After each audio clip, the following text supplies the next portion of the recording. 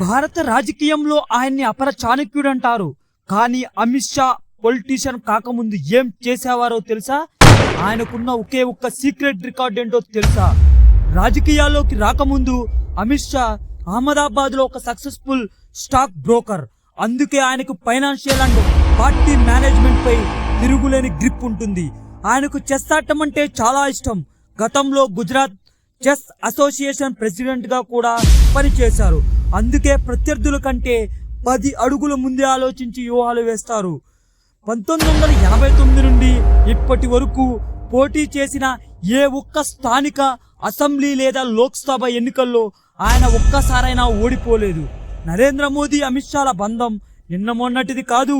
1982లో ఒక RSS meeting లో మొదలైన వీరి బంధం 40 ఏళ్లకు పైగా కొనసాగుతుంది. ఆర్టికల్ 370 రద్దు నుండి కొత్త చట్టాలు వరకు హోంమంత్రిగా అమిత్ షా పనిచేస్తున్న తీరుపై మీ అభిప్రాయం ఏంటో కామెంట్ చేయండి. మరిన్ని పొలిటికల్ ఫ్యాక్ట్స్ కోసం ది పొలిటికల్ సత్యాన్ని సబ్స్క్రైబ్ చేసుకోండి.